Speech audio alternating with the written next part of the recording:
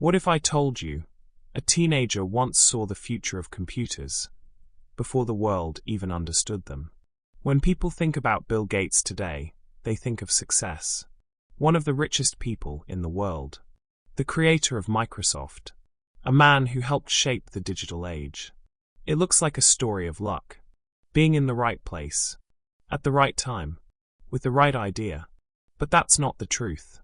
Because long before the success, there was something else. Vision.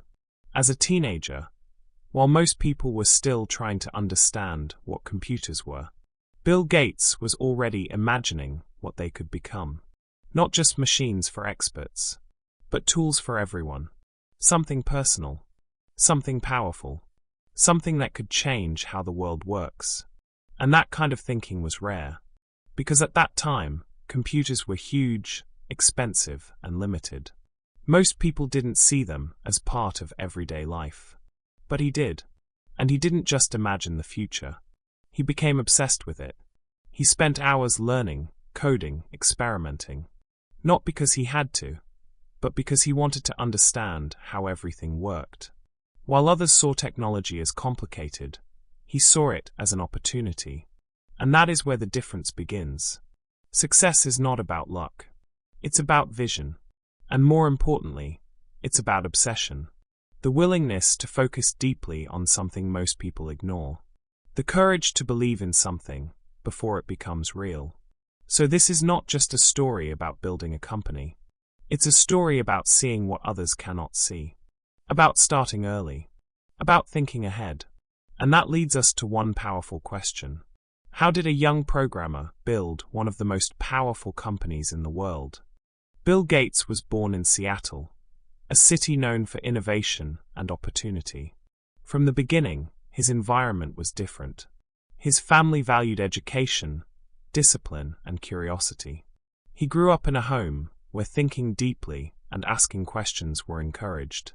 But even in that environment, something about Bill stood out. He was not just a good student. He was intensely curious. He loved reading. He loved solving problems. And more than anything, he loved understanding how things worked. While other kids followed instructions, Bill often went further, asking why, how, and what could be improved. Then, something happened that would change everything. At his school, students were given access to a computer. Today, that sounds normal. But at that time, it was rare. Computers were not part of everyday life. They were expensive, complex, and usually only available to large organizations. Most people had never even seen one. But Bill didn't just see it. He was fascinated by it. The moment he discovered programming, something clicked. Writing code wasn't just a task. It felt like a language. A way to control machines. A way to create something from nothing. And from that moment, he became obsessed. He spent hours in the computer lab. Then more hours. Then even more. Sometimes late into the night. Sometimes ignoring everything else around him. Not because he had to, but because he couldn't stop. For him, coding wasn't work. It was exploration. He would write programs, test them, break them, fix them, and improve them. Again and again. Every mistake became a lesson. Every problem became a challenge he wanted to solve. And this is where something important began to form. Not just skill, but mastery. Because mastery doesn't come from talent alone.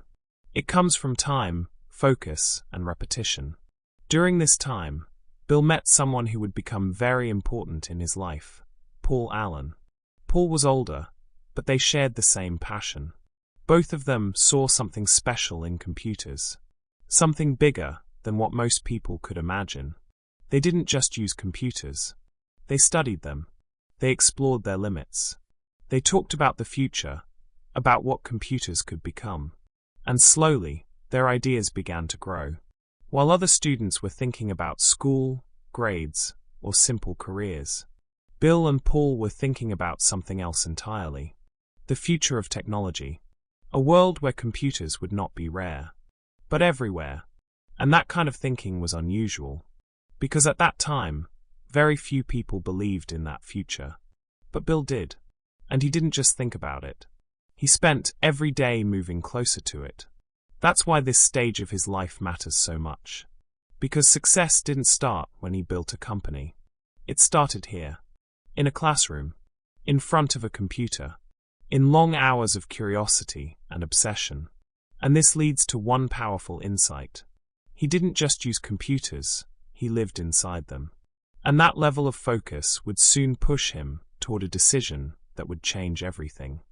After years of curiosity and deep focus, Bill Gates took the next step in his journey when he was accepted into Harvard University, one of the most prestigious universities in the world.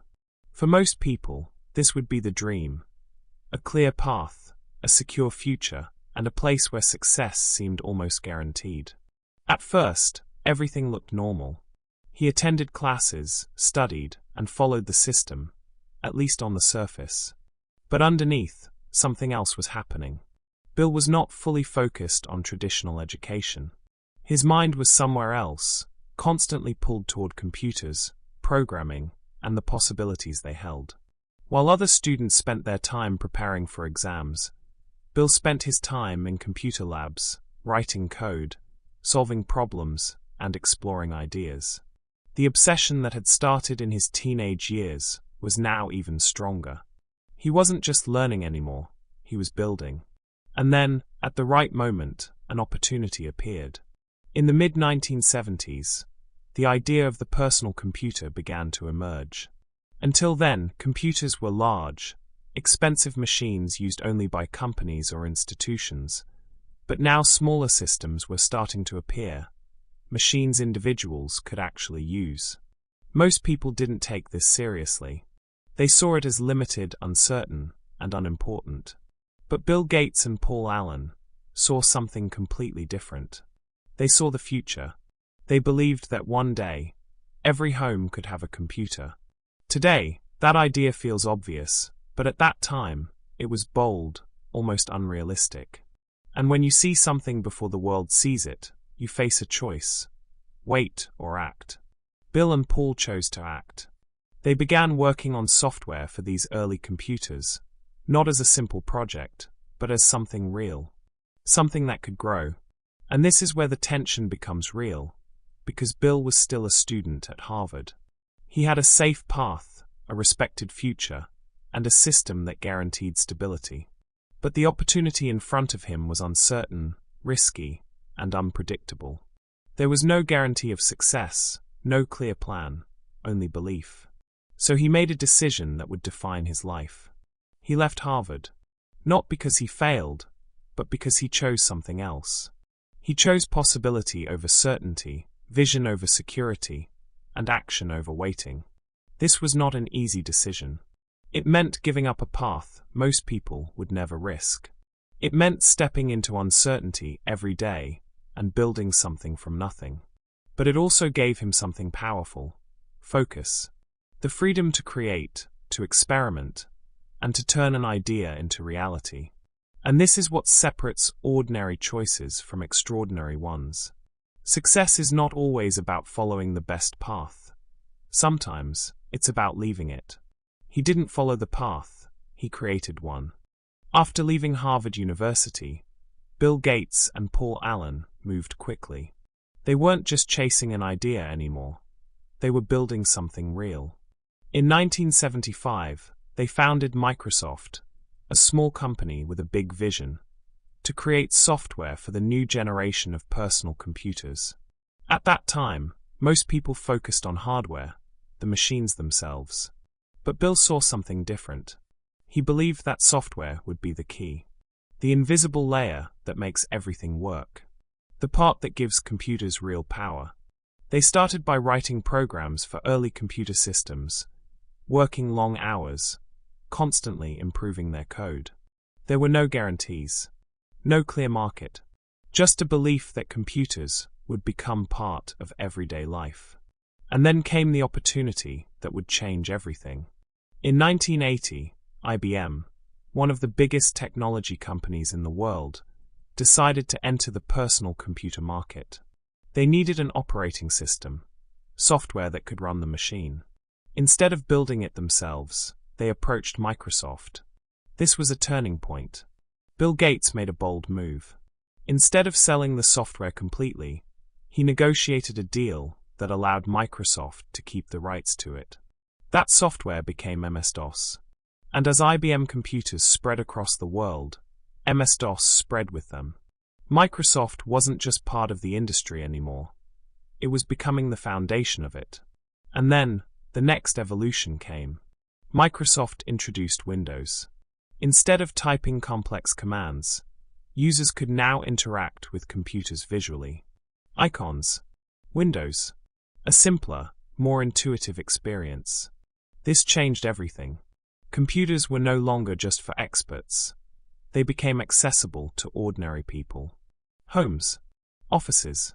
Schools. Computers were everywhere. And behind many of them was Microsoft. This is what made Bill Gates different. He didn't just build a product. He built an ecosystem. An entire environment where software, users, and developers were connected. The more people used Microsoft, the more valuable it became. And the more valuable it became, the more it grew. It was a cycle. A powerful one. And it scaled globally. From a small startup to a global company shaping the future of technology. From lines of code written by 2 young programmers to systems used by millions, then billions of people around the world. This was the wow moment. Not just success, but transformation. Because Microsoft didn't just grow as a company. It helped create a new world. A world where computers became personal. A world where technology became part of daily life. And all of this started with a vision and the courage to act on it. From a teenager who saw the future to a man who helped build it. As Microsoft grew, so did the influence of Bill Gates. What started as a small software company became a global giant, shaping how people worked, learned, and communicated. Microsoft's systems were everywhere, on office computers, in schools, in homes across the world. And with that growth came something few could ignore: power. Bill Gates was no longer just a programmer. He became one of the richest people on the planet, a symbol of success in the digital age. But success at that level is never simple. As Microsoft expanded, it also faced criticism. Governments and competitors began to question its influence. Some accused the company of using its power unfairly, limiting competition, controlling the market, and making it difficult for others to grow. These were serious challenges. Legal battles followed. Public opinion became divided. For the first time, the story was no longer just about innovation. It was also about responsibility. And with that came pressure. Not just from the outside world, but from within. Because when you reach that level of success, every decision matters more. Every action has a larger impact. The same systems that helped build the company were now being questioned. This was a different kind of challenge. Not technical, not creative, but ethical. What does it mean to lead? What does it mean to use power responsibly? Over time, something began to change. Bill Gates started to shift his focus. He stepped back from the daily operations of Microsoft and began thinking about a bigger question. How can this success be used to help others? And that led to a new chapter. He co-founded the Bill and Melinda Gates Foundation, one of the largest charitable organizations in the world. Instead of building software, he began working on global challenges: health, education, poverty. Problems that required not just intelligence, but long-term commitment and purpose. This transformation was not immediate. It took time, but it changed how people saw him, and how he saw himself. Because success is not just about what you build. It's about what you choose to do with it. Bill Gates had already changed the world through technology. Now, he was trying to change it in a different way. And that leads to a deeper insight. Success gives you power, but purpose gives it meaning. And in the end, what you choose to do with that power defines your legacy. The story of Bill Gates is not just about technology. It's about how you think, and how early you choose to act on what you see. Because when you look at his journey, one thing becomes clear. He didn't wait. He started early. While others were still trying to understand computers, he was already learning, building, and exploring. And that early start gave him something powerful. Time to grow, time to improve, and time to master his craft. He became obsessed. Not in a negative way, but in a focused, disciplined way. He spent hours learning, coding, and solving problems. And over time, that focus turned into mastery. Because true skill is not built in moments. It is built through repetition. He took risks. Leaving Harvard University was not safe. It was uncertain. But when he saw the opportunity, he didn't hesitate. He acted. And sometimes, that is what separates people who succeed from those who stay where they are. He thought long-term. While others focused on short-term results, he focused on the future. On where technology was going, not just where it was. And these lessons are simple, but powerful. Focus deeply. Keep learning. Stay curious. Because you don't need to know everything to start. You just need to begin. So now, let me ask you something. What skill are you building today that could change your future? Take a moment to think about it. Because your future is not something that suddenly appears. It's something you build, step by step. Comment your answer below. Like this video if you believe small actions can lead to big change. Subscribe for more stories that help you learn English through real lives and powerful ideas. And remember, Bill Gates didn't just build a company. He helped build the digital world we live in today.